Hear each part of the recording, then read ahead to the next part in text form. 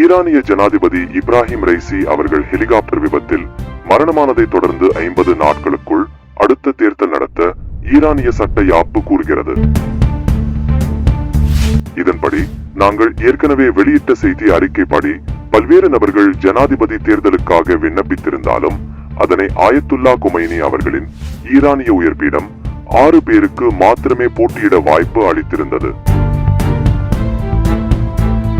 முன்னாள் ஜனாதிபதி அகமது நஜாதி அவர்கள் விண்ணப்பித்த போதும் கூட அவருக்கு தேர்தலில் போட்டியிட உயர்பீடம் சந்தர்ப்பம் வழங்கவில்லை. இவ்வகையில் இன்று ஈரானில் ஜனாதிபதி தேர்தல் நடைபெற்று வாக்குகள் எண்ணப்பட்டு வருகிறது. தற்போது நடந்து முடிந்த வாக்கெடுப்பில் 9 மற்றும் 10 மில்லியன் வாக்குகளை பெற்ற இருவர் தேர்ந்தெடுக்கப்பட்டுள்ளார்கள். அவர்கள் மசூட் மற்றும் ஜலிலி என்பவர்கள் ஆவர். இவ்வடிப்படையில் ஈரானின் யாப்புக்கு இணங்க இவ்விருவருக்கும் இரண்டாவது தேர்தல் வாக்கெடுப்பு நடத்தப்பட்டு அதிகப்படியான வாக்குகள் பெற்றவர் ஈரானிய ஜனாதிபதியாக தெரிவு செய்யப்படுவார்.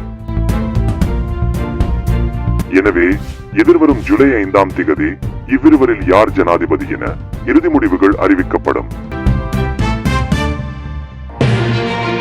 Hear real-world information instantly. News Global Library.